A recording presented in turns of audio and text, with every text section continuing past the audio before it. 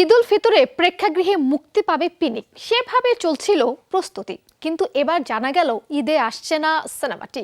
এখনো নির্ধারিত হয়নি বুবলি আদরের এই সিনেমাটির নতুন মুক্তির দিনক্ষণ। 65% পর্যন্ত বিদ্যুৎ সাশ্রয়ী হাইসেন্স এসি। হাইসেন্স। তালাশ সিনেমায় প্রথম জুটি বাঁধেন আদর আজাদ ও শবনম বুবলি।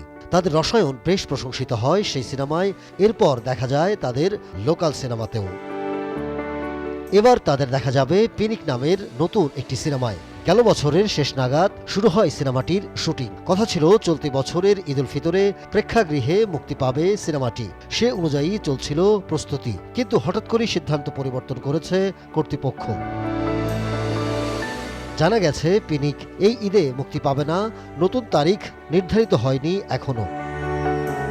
পিনিক সিনেমায় গ্যাংস্টারের চরিত্রে অভিনয় করেছেন আদর আজাদ।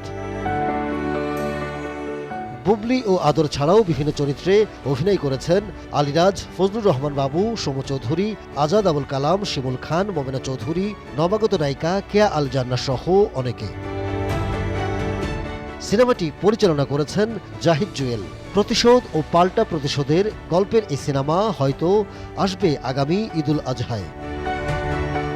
Ahmed Tawkir, showbiz tonight.